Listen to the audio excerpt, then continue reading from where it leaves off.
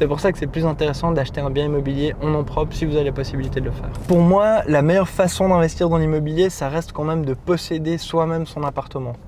En fait, il y a plusieurs manières d'investir dans l'immobilier. La première, c'est d'acheter soi-même son bien immobilier, d'être propriétaire à 100%. La deuxième principale, c'est d'acheter des parts d'un fonds immobilier. Et puis la troisième, c'est d'acheter du crowdfunding immobilier, vous achetez des parts d'un bien immobilier directement. En fait, dans les deux autres versions, à part celle d'acheter soi-même son bien immobilier, ce qui va se passer, c'est que vous allez être copropriétaire avec d'autres personnes, où vous allez détenir des parts d'un fonds.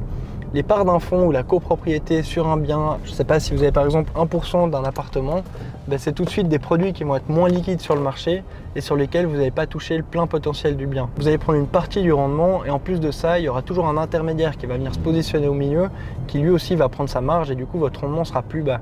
Maintenant, si vous avez un appartement en pleine propriété, vous êtes tout seul dessus, vous le gérez comme vous voulez, le jour où vous voulez le revendre, vous pouvez le revendre à une personne et puis le rendement il est 100% dans votre poche.